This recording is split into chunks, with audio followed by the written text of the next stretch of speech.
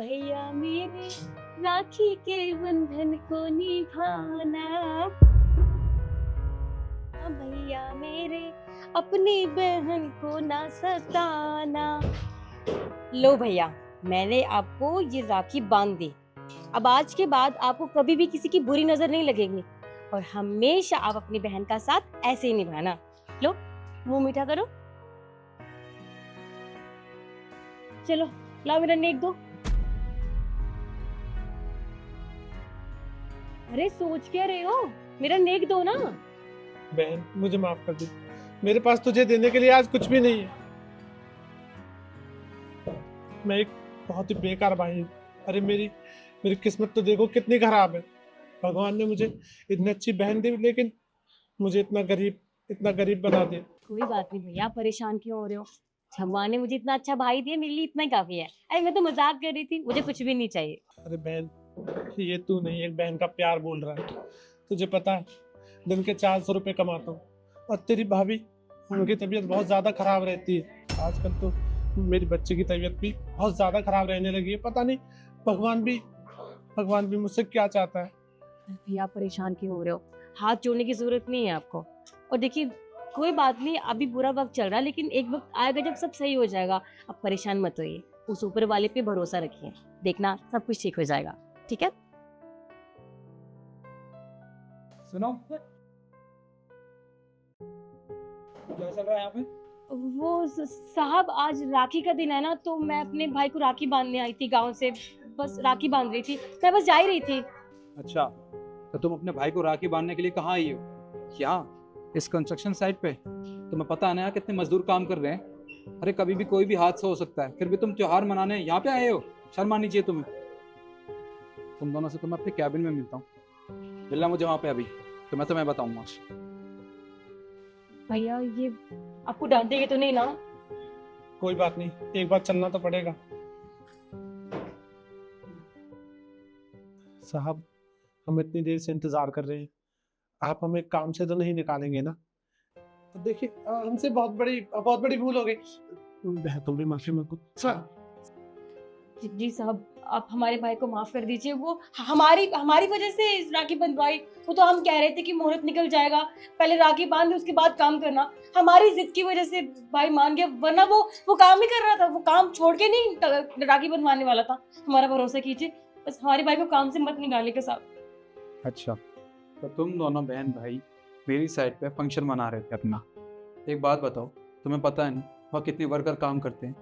अगर कल को तुम्हारी बहन को या तुम्हें कुछ हो जाएगा फंक्शन मनाते हुए, तो इसका जिम्मेदार कौन होगा? मैं ही ना। अरे पुलिस वाले तो मुझसे पूछताछ करेंगे, इस बारे में तुमने जरा भी नहीं सोचा? साहब, हम मानते हैं हमसे बहुत बड़ी गलती हो गई। आप हमें माफ कर दीजिएगा। आगे से ऐसा कुछ भी नहीं होगा। और हाँ साहब, देखिए, हम ना आज रात तक काम करेंगे और आज के हमें पैसे भी मत देना आप। हम ऐसे ही काम कर देंगे, हमें पैसे नहीं चाहिए, पर बस आप हमें काम से मत निकालिएगा।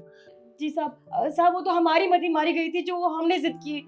वो क्या है ना साहब, 2 साल से भाई को राखी नहीं बांधी थी, तो इसलिए हमसे रहा नहीं गया, तो हम राखी बांधने के लिए आ गए। क्या 2 साल हो गया तुमने अपने भाई को राखी नहीं बांधी?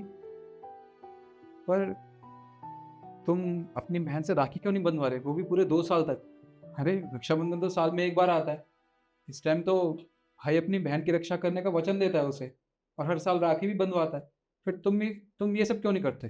साहब, वो क्या है कि हमारे ऊपर बहुत ज़्यादा जिम्मेदारी है। हमारी पत्नी बहुत बीमार रहती है और आजकल हमारी बेटी भी ठीक नहीं रहती, तो बस इसीलिए हम उन्हें छोड़ के नहीं जाते। और साहब, पत्नी को पता नहीं कौन सी बीमारी लग गई है, 2 साल से बीमार है, इसलिए कहीं जा भी नहीं पाते। वैसे डॉक्टर ने कहा है कि कुछ महीनों में ठीक हो जाएंगी। तो कोई बात नहीं, क्या हो गया? वैसे एक मिनट, मुझे याद आया। ये लो, ये जो तुमने गिफ्ट और मिठाई का डब्बा मंगाया था ना, ये मैं ले आया हूँ, लो। ये क्या है साहब? अरे मैं बताता हूँ तुम्हें। वो क्या है कि मैं हर साल ना अपनी बहन के लिए मिठाई का डब्बा और गिफ्ट्स लेके आता हूँ। तो ये हर साल मुझे देखता है, पर इस बार इसने मुझसे पूछ लिया कि साहब मुझे अपनी बहन को भी गिफ्ट देना है, वो भी अच्छा वाला। तो आप जहाँ से गिफ्ट लाते हो वहाँ से मेरी बहन के लिए भी ले आना। तो मैंने सोचा कि क्यों ना गिफ्ट के साथ साथ मिठाई का डब्बा भी लेता चलूँ। तो मैं ले आया, लो ना। अपनी बहन को नहीं दोगे? लो। साहब, पर मैंने कब कहा था? अरे तुम पागल हो गए हो? तुम्हें ना भूलने की बीमारी हो गई है। कई बार देख चुका हूँ, काम करते हुए भी तुम काफी सारी चीजें भूल जाते हो। तुमने मुझसे कल ही कहा था कि साहब मुझे गिफ्ट और मिठाई का डब्बा चाहिए अपनी बहन के लिए, तो मैं तुम्हारे लिए ले आया। अब तुम मना कर रहे हो। लो ना, दो अपनी बहन को, ये खुश हो जाएंगी। हाँ साहब, बहन ये तुम्हारे लिए। अच्छा, तभी तभी मैं सोचूं कि आप मुझे वहां पर झूठ क्यों बोल रहे थे। आपको पता है साहब, ये वहां पर बोल रहे थे कि इनके पास कुछ भी नहीं है देने को, फिर ये तो हमको यहाँ के तोहफे देने वाले थे, वो क्या कहते हैं, सरप्राइज। और हाँ, एक चीज और, ये लो, जो तुमने मुझे पैसे दिए थे ना गिफ्ट खरीदने के लिए, ये उनमें से बच गए हैं। ये अपने पास रखो। अरे रखो ना, क्या इनको भी भूल गए तुम? लो। आपका बहुत बहुत धन्यवाद साहब। बहन ये ले पैसे। तो एक काम कर, तू घर जा, तू अपनी भाभी से बतला, मैं काम खत्म करके आता हूँ, तू जा। ठीक है भैया, हम भाभी से बतला लेते हैं। साहब आपका बहुत बहुत धन्यवाद, आपका ये साल मैं कभी नहीं भूलूँ। अरे इसमें एहसान की कोई बात नहीं है।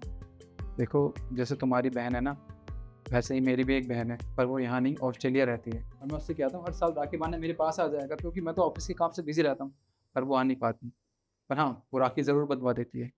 तो जब तुम्हारी बहन तुमसे बात कर रही थी, तो मुझे भी अपनी बहन की याद आ गई। इसलिए मैंने सोचा कि क्यों ना तुम्हें भी तोहफा दे दिया जाए रक्षाबंधन का, जिससे तुम्हारी बहन भी खुश हो जाए। इसलिए मैंने ये सब किया। साहब आप बहुत नेक इंसान हैं, आपका ये एहसान मैं कभी नहीं भूलूंगा। भगवान आपको ऐसे ही खुश रखे।